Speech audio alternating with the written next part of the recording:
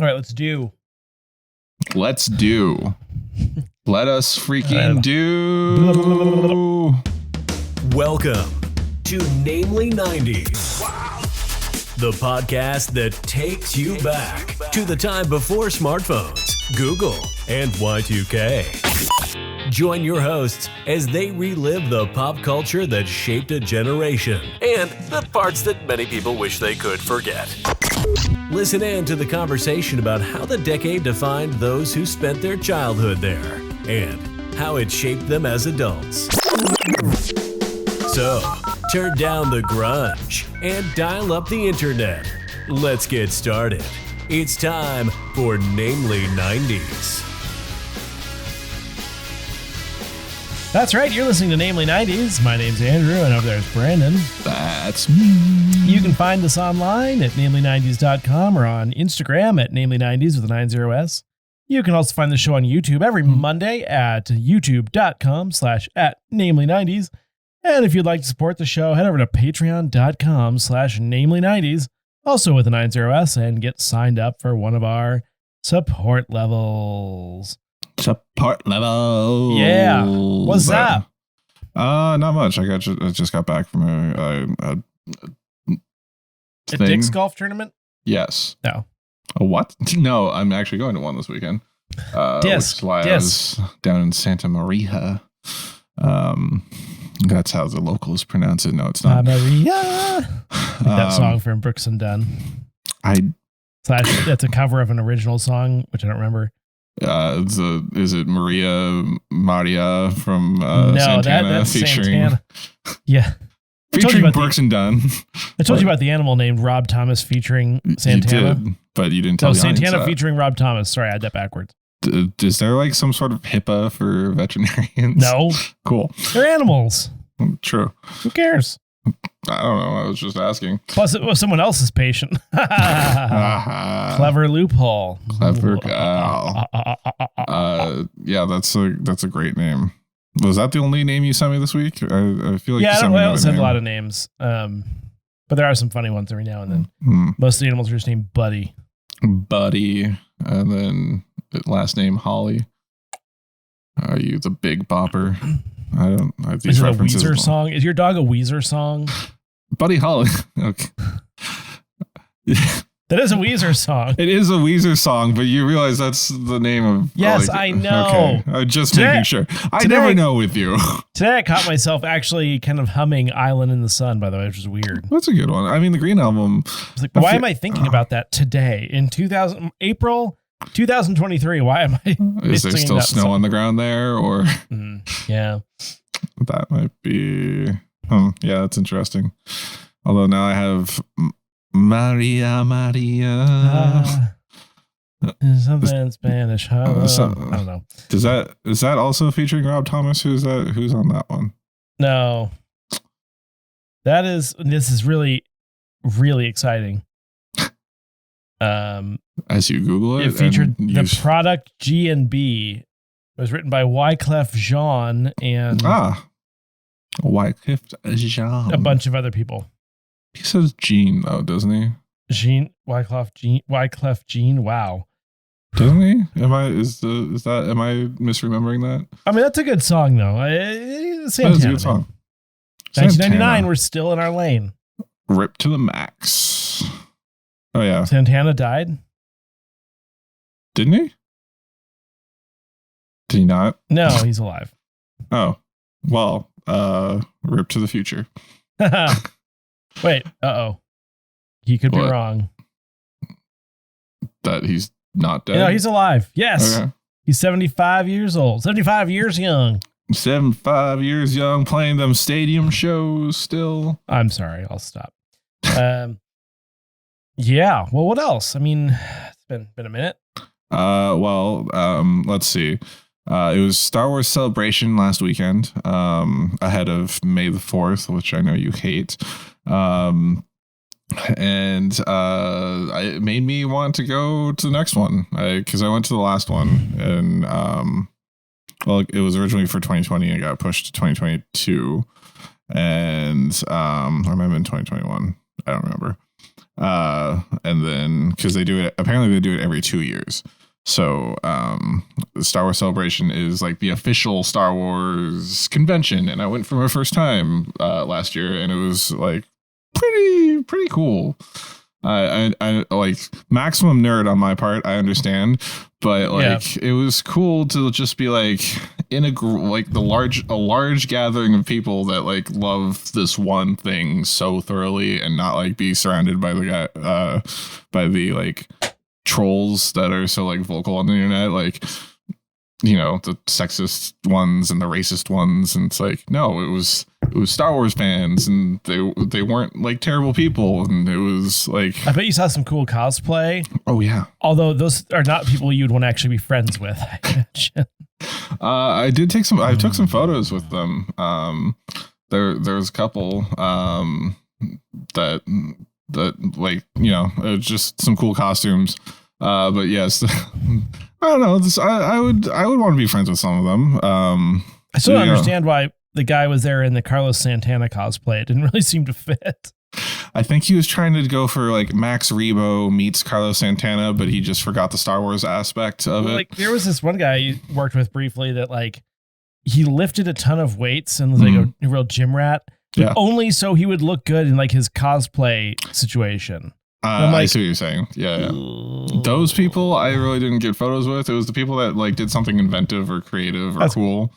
Yeah, this is the guy that like made his protein shake and like, you know, put the water in the powder and like shook it and like chugged it while like looking to make sure people were watching him drink it. Yeah, because like, clearly you can't do that ahead of time and have your shake prepped. You're obnoxious. Like, stop glancing to make sure people are watching. Yeah. Maybe he just wanted to make sure no one had an oral fixation other than him. Yeah. Anyway. But I had some cool. There was like one guy, like the Star Wars Visions had just come out like earlier in the month, and some dude had like a full on costume from that, and I was like, okay, that's cool. I would like to take a photo with you. I kept running into these German girls that were cosplaying different things each day, so I got a picture with them. There was a dude dressed up as Princess Leia in the slave Leia outfit with a full beard. That was pretty funny. A bold choice. Got a picture of him. What else? I don't know. It was a fun time. It was there. I got addicted to like the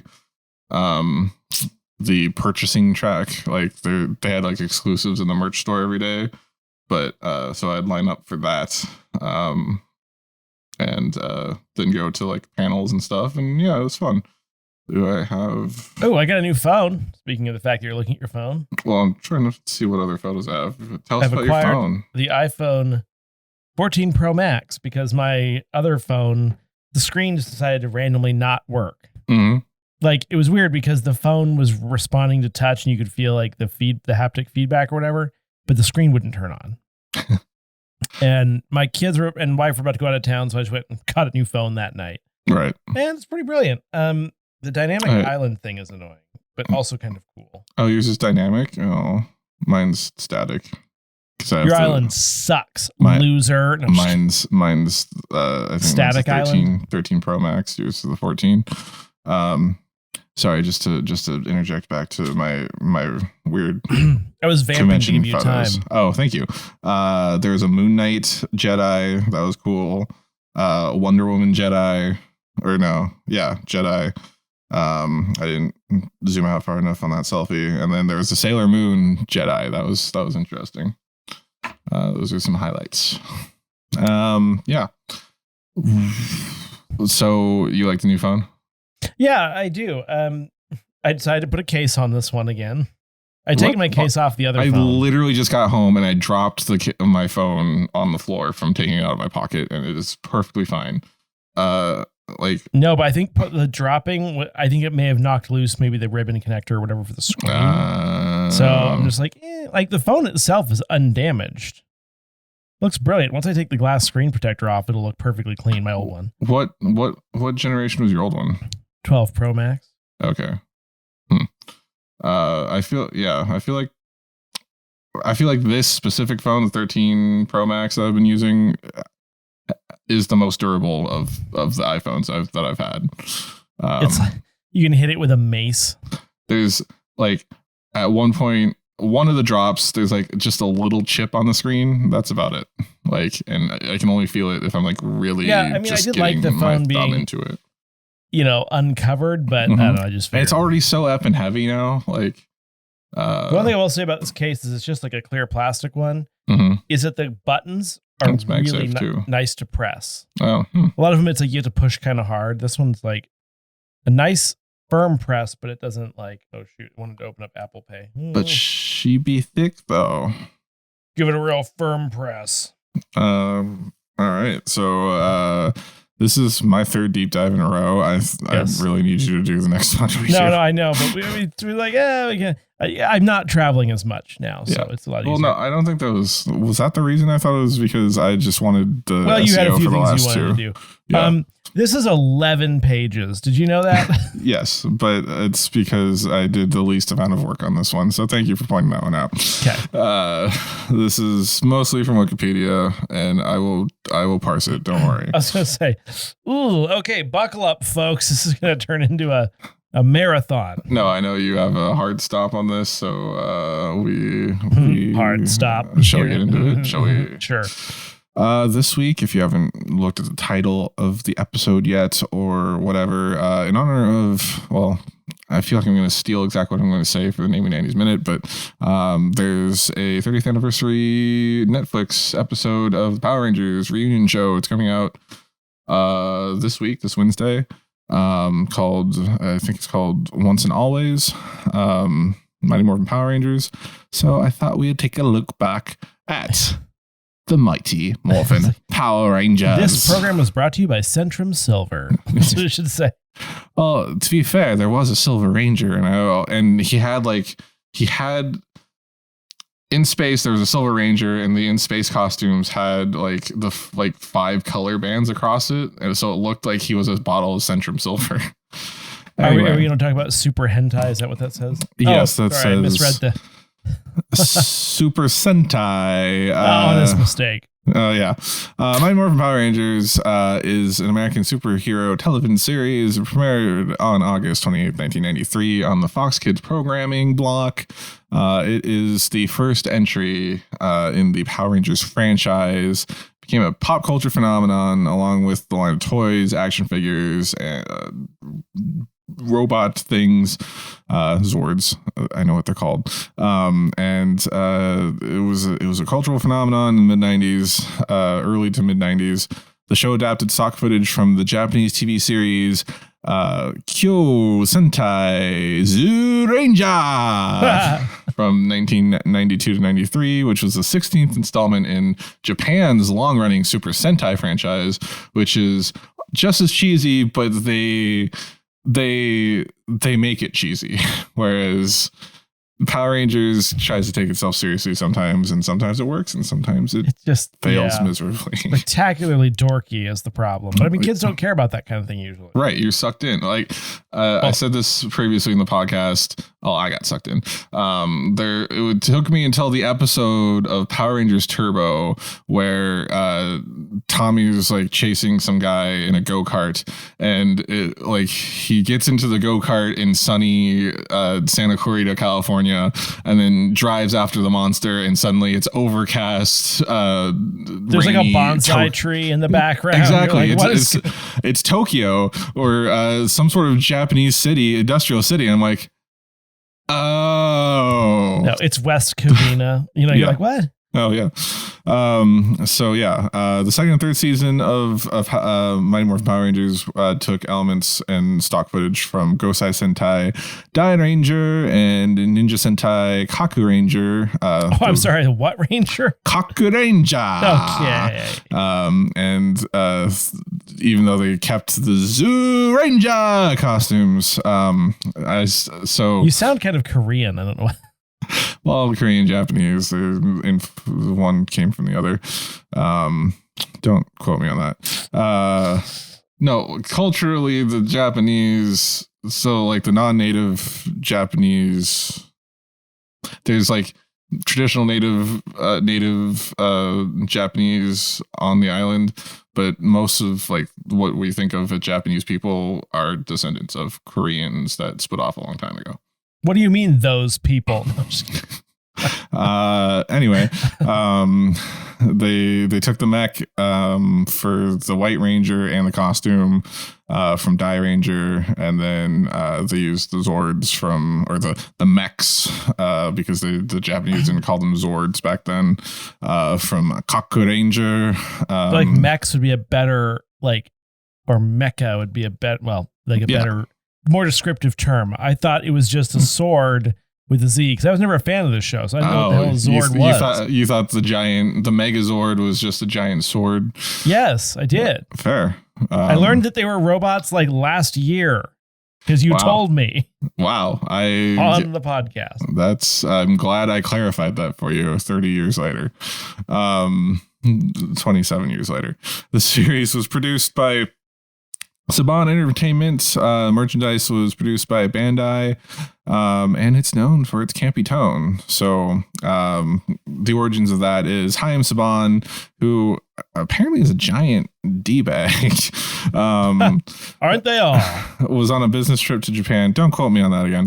And he saw a broadcast of Chodenshi Bioman, or Bioman, as... on one of the TV channels, and it was in there was a French dub of it airing in Canada, or possibly France. On the network C Anal Plus. It does Canal Plus. Sorry. Yes. So based off of that, he's like, "Oh, we could take this. I could bring this to America and do an American adaptation." And he brought his business partner in, and they used the Bioman stock footage and tried to make an American adaptation from that all the way back in 1986. They shopped it around for 5 years. And only in 1992 did they finally find a network that was stupid enough to be. Yeah, I was going to say, they should have taken the hint. Right? No offense, but it's not good. Like everyone, it's fondly thought of, yes. It's not good, but people like it. I'll make There's a lot of things that aren't good that people like. Hershey's chocolate. Yes. I would argue there's some good seasons, but what you're saying is, I understand where you're coming from, and so relative for Power Rangers, there are some good seasons. I know. I just imagine being some TV executive, and someone brings me a pilot of this, and I'm just like, in like the early 90s, get out of my office immediately. So, yeah. Okay. Because they didn't realize that violence is what people love, So they. The network executives at Fox were already familiar with, fun story.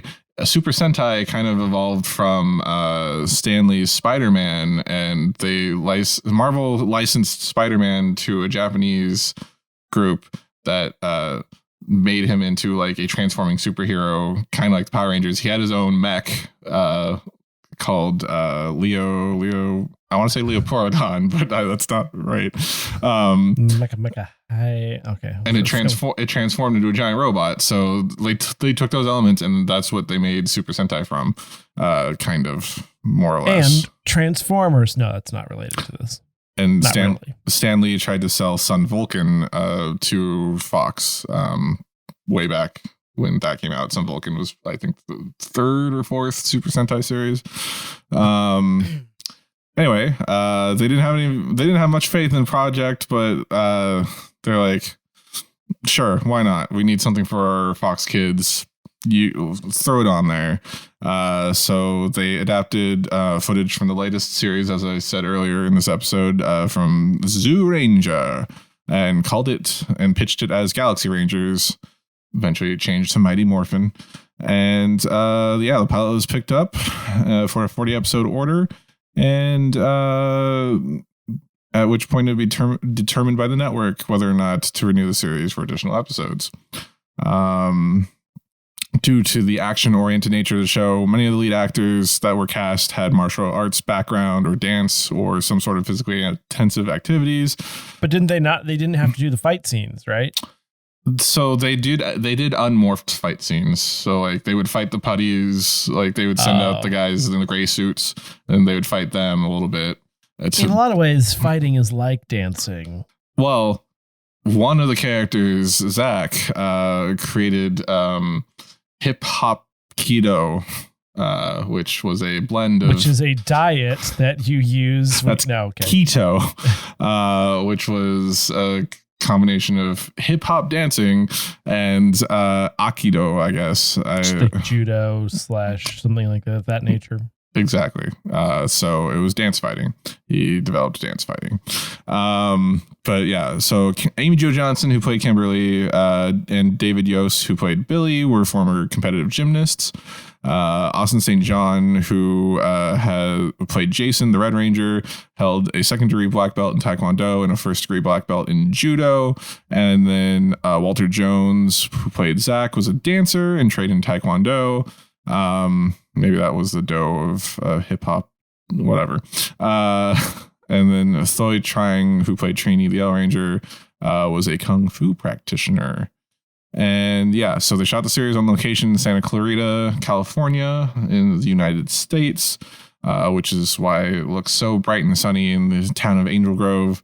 And yeah, the initial licensing agreement between Saban, which was the guy who brought it over, and Toei, which was the Japanese company who produced Super Sentai, included additional footage and insert shots of villain characters, to allow more in-depth, extensive scenes of villains that are unable to interact with the main cast, if you think about it. So like all the like Rita Repulsa would just like be like Grr, Rangers, and then from the moon, and then they'd be like, yeah, I get it. Additional footage included close-ups of the actors speaking English language lines phonetically in order to make necessary dialogue looping seem more seamless. So they would dub over that. So it still looked like, it looked like bad dubs. Well, yeah. Yeah. Which you again, can't have it all. Didn't realize until Power Rangers Turbo, which is season 5. Yeah. So let's see. Due to the unprecedented success of the show and its merchandising, the Fox Kids ordered 25 additional episodes, but they used most of the stock footage from Zoo Ranger already for the first 40 episodes of season 1. So Saban asked Toei to produce 25 new monster costumes and battle footage using the existing Zoo Ranger suits. And I'm saying it that way because in the 35th anniversary Super Sentai series, they would morph into all the old costumes, and the morpher would enthusiastically scream whatever the name of the series was. So Zoo Ranger. Yeah. Anyway, they were able to produce those 25 extra episodes, it became problematic when the next series, Die Ranger, had Thunderzord, or had new Zords and costumes and whatever. So they would have to split the fighting footage of the Zords, the mechs from the new series with they would have to, what would they do? Those fighting with the new monsters that they made from the old series. How did this look even serviceable? Right? It didn't. It didn't. But it kind of, I mean, when you're a kid, you don't notice it. You really don't notice it. Maybe you were more scrutinizing than I was as a kid, but I was just lost in it, man. Let's see. Following the production of season 2's first 20 episodes, Austin St. John, Thoy Trang, and Walter Jones left the show over contract disputes. And to disguise the incident, they used a combination of body doubles, voice doubles, and stock footage using the tricks this whole learned. show was just smoke and mirrors, and that makes me kind of angry. It really was. It seems lazy and cheap, even though I feel like they almost went to more effort to do that than to just make the damn thing again for the U.S. market. You know, it is kind of true that when you look at the quality of the episodes, especially that part of the era where it's like, oh, they were gone for 8 episodes before they were out of the series. And you could kind of tell what was going on, but only if you knew what was happening. It's just like they would cut away from them and then you would hear them off screen talking, but it wasn't their actual voice. You're just like, what's going on? So this subplot led to Jason, Trini, and Zach leaving Angel Grove for a world peace conference that they never came back from. So what? There was a terrorist bombing at the World Peace Conference. Well, not even that. It's like a not mock, but it's like a teen global conference that they went to. So it's like, why did they never return? And then at this point, season 2, the second half of season 2, production moved to Sydney, Australia. While they were shooting Mighty Morphin Power Rangers, the movie, before the start of season 3, which I saw in theaters, much to the chagrin of my parents. Theater. Yeah. So just a brief overview of the series. I know we're in it a bit. Season 1 takes place in the fictional town of Angel Grove, California. Some astronauts.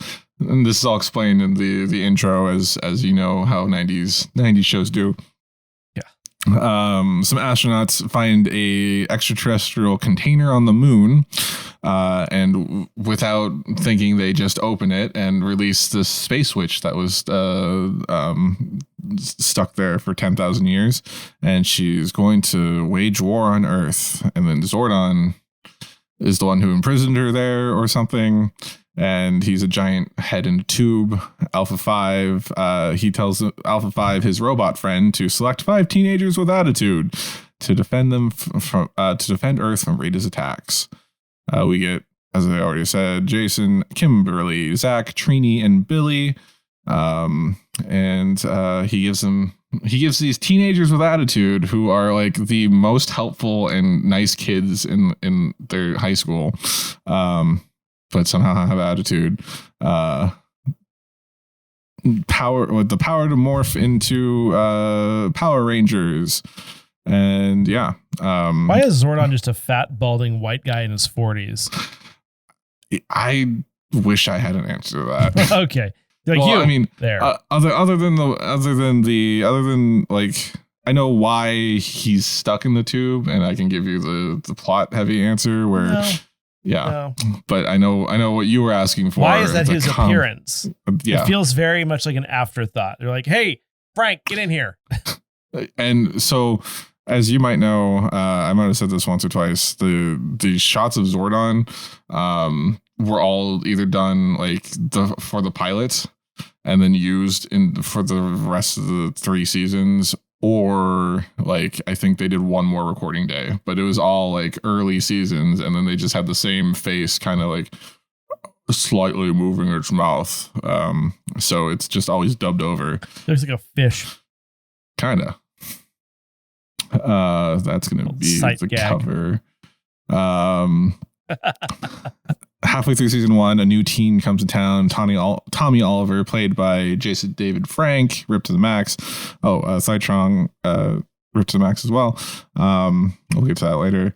And he becomes the Green Ranger, who's evil and has the Sword of Darkness. And he takes out the Rangers, but then they stop him eventually, and he turns back to the side of good because he made some friends.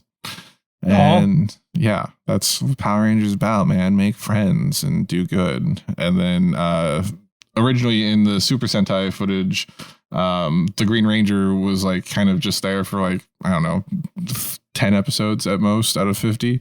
So it wasn't a made part of the series. So they only had so much footage with him. So they couldn't really make him a main character, but everyone loved this Tommy character so much they made him a main. Is that the one in the holiday special, the multicultural Christmas? Yes, the guy in the yes, he played the Red Ranger in Zeo. But yes, he gets the White Ranger powers in season 2 when Lord Zed attacks, who is Rita's superior. And then he destroys their regular Zords, so they need to upgrade them, the Dino Zords, to the Thunder Zords. The Green Ranger powers are too weak, so he gets to become the White Ranger. Zach, Trini, and Jason go to the World Peace Conference in Geneva, Switzerland, and get replaced with Addie. Wow. Addie, nope. Rocky, Adam, and Aisha. There it is. As the red, black, and yellow Rangers, respectively. And also now it's not a redneck as the Red Ranger, a black person as the Black Ranger, and an Asian as the Yellow Ranger. They switched it up.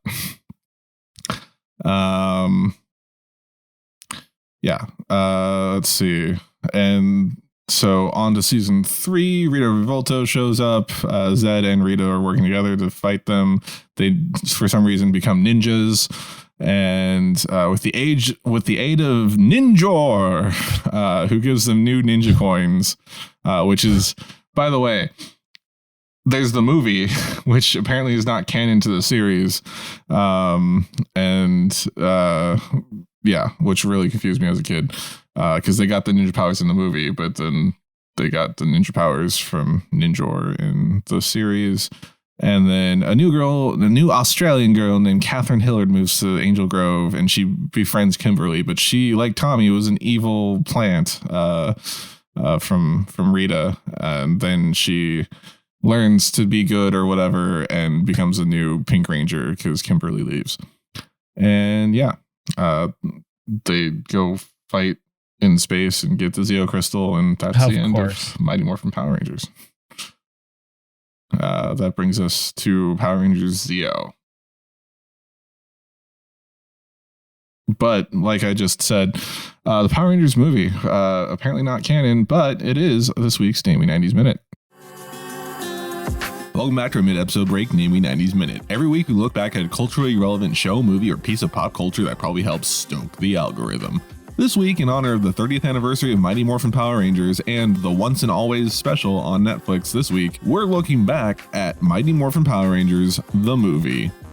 Mighty Morphin Power Rangers the movie is a 1995 superhero film based on the TV series Mighty Morphin Power Rangers, which is based on and uses footage from the Japanese TV series Kyoryu Sentai Zyuranger, and it stars the same actors from the series at the end of season 2 after the 3 original actors left due to pay disputes. Also, the bad guy in this, Ivan Ooze, is played by the guy who plays Renee Belloc in Raiders of the Lost Ark. The movie opens with the Rangers and Bulk and Skull skydiving for charity before doing a classic 90s rollerblading scene set to a Red Hot Chili Peppers song. That evening, Rita Repulsa, Lord Zed, and their henchmen arrive at a construction site where a giant purple goo egg has been unearthed and use their powers to hatch it, leading to Ivan Ooze oozing out of it, apparently trapped there by Zordon 6,000 years ago. The Rangers show up and fight his henchmen while Ivan Ooze slinks off to the Power Rangers command center to destroy the place and kill Zordon, which depowers the Rangers. When the Rangers return to the command center, they find Zordon on his deathbed, and Alpha 5, their lovable robot, sends them to a distant planet to obtain new powers to save Zordon. Back on Earth, Ivan Ooze traps the other bad guys in a snow globe, but then takes over the parents of Angel Grove with mind control and uses them to uncover his giant robots that were buried with him. Back on the distant planet, the Rangers get new animal spirits from the Guardian of the Powers, which turn them into ninjas, so it's double cultural appropriation. Then they have to journey through a forest of trials to unlock the great power that will save Zordon and return their suits. Once completed, the Rangers return to Earth to defeat Ooze, but he now has giant robots, so the Rangers call their new Ninja Zords and transform into the Ninja Megazord to fight Ooze. Meanwhile, there's a subplot with Bulk and Skull and a random kid trying to stop all the parents from lemmings themselves off a cliff, which they manage to do as the Rangers defeat Ivan Ooze by punching him into a comet. The Rangers return to the command center only to learn Zordon has died, so they use their new great power to revive him and restore the command center. The movie ends with a celebration thanking the Rangers and the random kid saying he wants to be a Silver Ranger,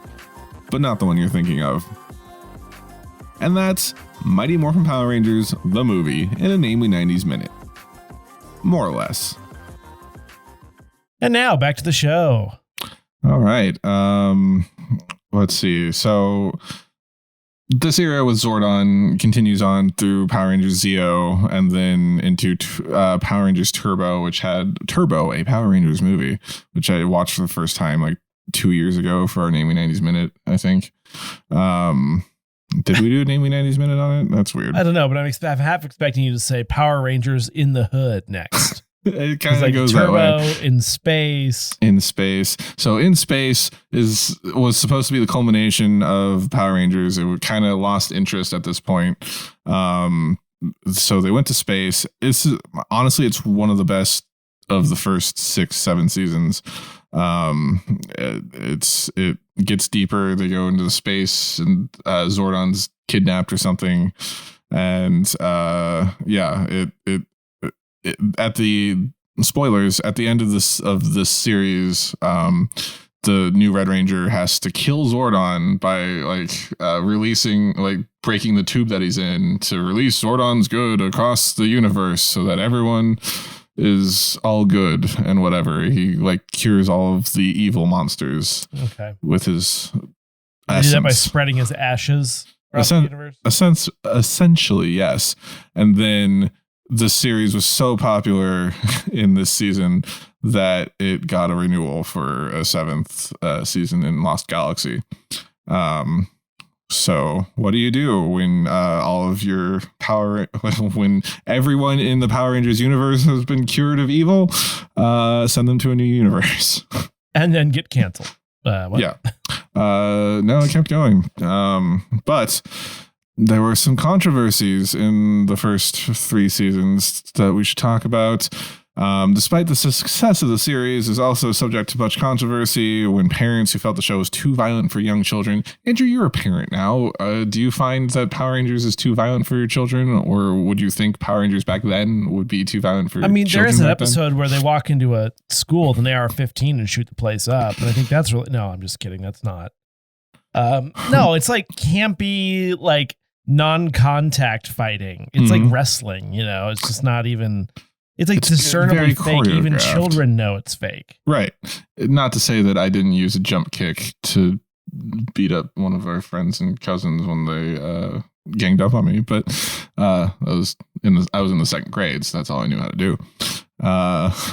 After watching Power Rangers. All kids are now wearing flak jackets and helmets. So that's true. Can't do the flying kick as much if you have all that extra weight on you. So in 1993, let's see, there were numerous complaints to the FCC. In 93, the broadcast rights to Power Rangers were also purchased by YTV, which is a Canadian broadcast channel. And they had to, because of the show's violent content, YTV removed the series from their lineup that November. It was kind of crazy.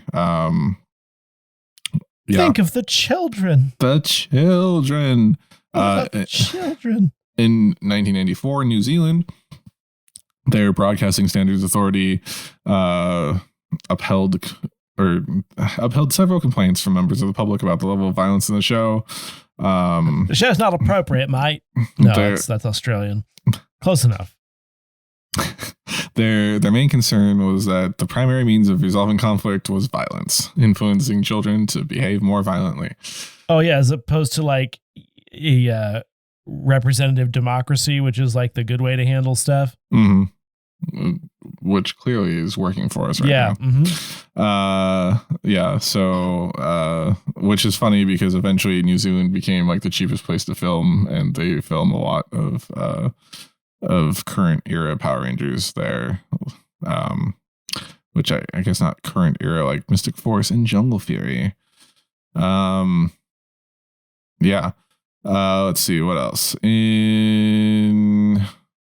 There was a murder in Sweden, so there was a Swedish marketplace that was like, oh no, this is because of Power Rangers, and pulled it.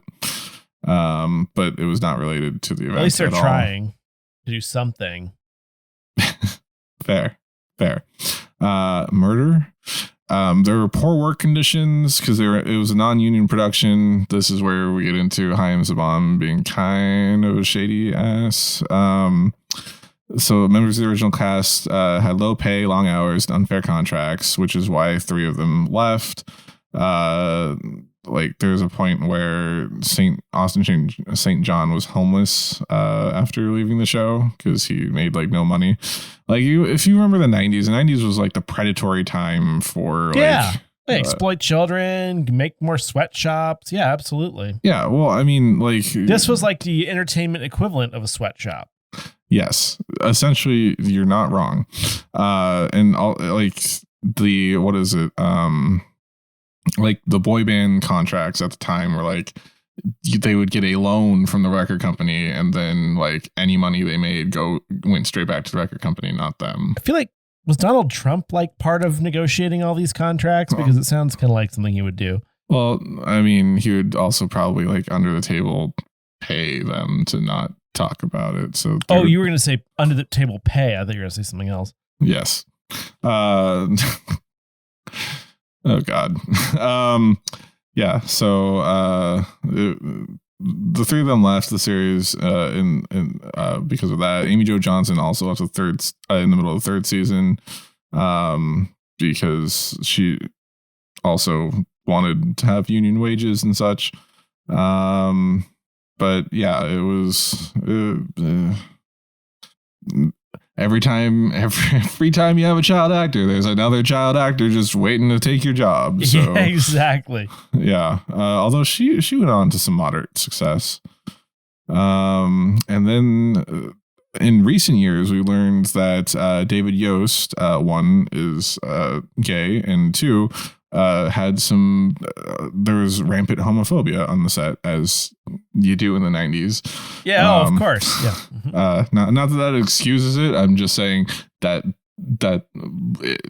there's nothing more 90s than that, is there? No, really not. Anyway, and that's not a good thing, people. Especially at a show that people have made many homophobic slurs about. It's for children. I know, but I'm just saying. Yeah. Let's see. AKA my brother. What? He also, oh God. He also, so there are homophobic attitudes from the production staff, which, didn't know this part, prompted him to unsuccessfully undergo conversion therapy at one point to change his sexuality. But yeah, he was called the F word one too many times, so he walked off set. He said that producers would often ask other cast members what they thought about his homosexuality. Why were they so obsessed with it? Who cares? Right? The guy's dressed in a leotard. Like, what do you... Yeah, so are the other 2. Exactly. Yeah. I'm just saying, like... Yeah. You're the dudes videoing young men in leotards. In leotards, yeah. So they stated that he left over pay disputes. I think he left in the middle of Zeo or Turbo. It must have been Zeo because he had nothing to do. And he also didn't get along with any of the crew.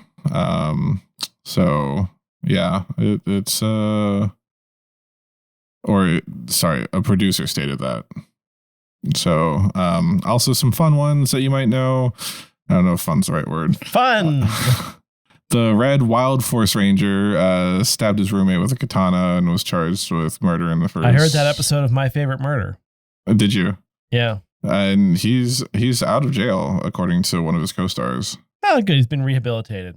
Now he'll just stab people with regular knives. Yeah. Well, I heard it was an accidental killing, not an accidental stabbing. That makes sense. Okay.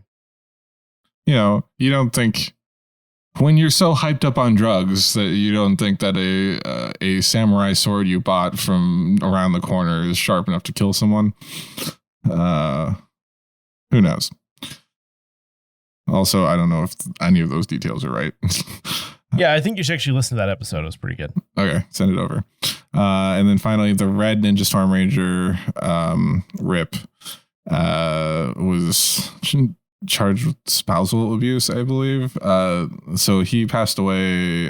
He committed suicide, and it was revealed that he was convicted of domestic assault on his wife 15 days before his death. And yeah, so fun. Yeah, what a treat. I sent you the link. Thank you.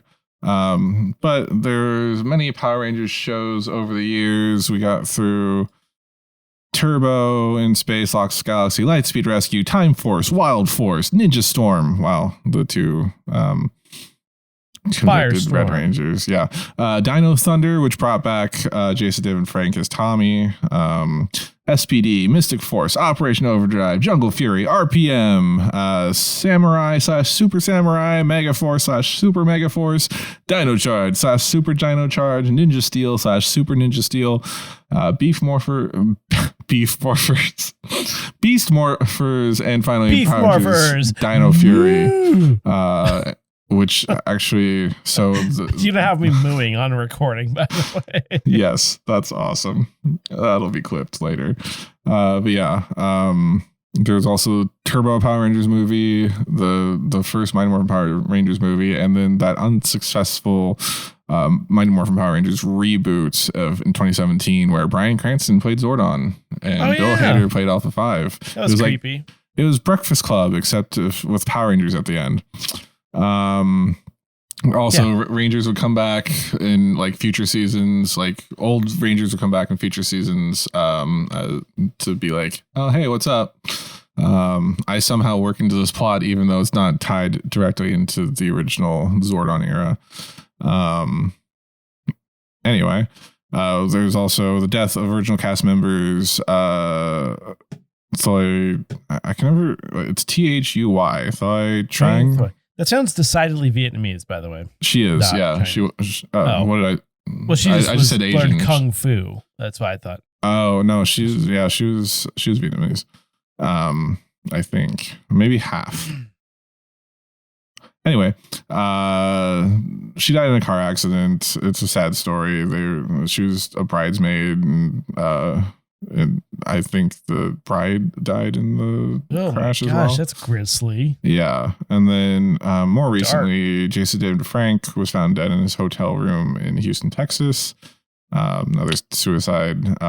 He's been fighting with his wife, and who was also staying at the hotel in a separate room. And he apparently had depression and other mental health issues. So what's the number again, Andrew? 988. 988 for suicide prevention here in the States. 988. And BetterHelp and such across the. All joking aside. Yeah. If you have thoughts of depression and or suicide. And for the love of God, avoid Texas if you're in that state of mind. Because you could purchase an AR-15 and then... No, because the only cure for depression is Jesus. Fair enough. All right. In the future, in current era, there's the Boom Studio Comics Power Rangers, which began in 2016. I highly recommend this if you were a Power Rangers fan when you were a kid and can stand reading comic books as an adult. They reimagined, they modernized the original MMPR Mighty Morphin Power Rangers series, and then kind of expanded it out into like the extended universe, and they did a really great job with it. I highly recommend it. It's a good read and really respects the lore and the history while making it adaptable for a modern audience, which they couldn't do in the 2017 movie for some reason. And finally, like I said earlier at the top of this, why we're doing this, Mighty Morphin Power Rangers Once and Always comes out this Wednesday. It's to commemorate the 30th anniversary of Mighty Morphin Power Rangers and the Power Rangers franchise. And apparently the Power Rangers travel back in time to stop Rita Repulsa, who, again, was cured by Zordon's life essence to stop her from altering history. And, any final thoughts, Andrew? It was just so much, and I couldn't fit it in. That's what she said. There we go. Pretty amazing that such a trash pile that was rejected for so long ended up becoming quite a pop culture phenomenon. I feel like the dinosaur theme had something to do with it. I'm not going to lie. I thought they were swords. Again, that's the takeaway from this. The Dino Megazord. And that's it for this week's edition of Namely 90s. Remember, you can always find new episodes out every Monday, and join us next week for a variety show episode. Don't know what it's on yet. Find us on Instagram at Namely 90s with 90s, and tell us what you want us to talk about on future deep dive episodes. If you'd like to support the show, please check out our Patreon at patreon.com/Namely90s, also with 90s. And finally, you can also contact us through our website, namely90s.com. Please subscribe to us on Apple Podcasts, Stitcher, Google Podcasts, Spotify, YouTube, Audible, It's Morphin' Time, Deezer, TuneIn, iHeart, Good Pods, and wherever you get your podcasts from. I'm Brandon, that's Andrew, and we will catch you next time.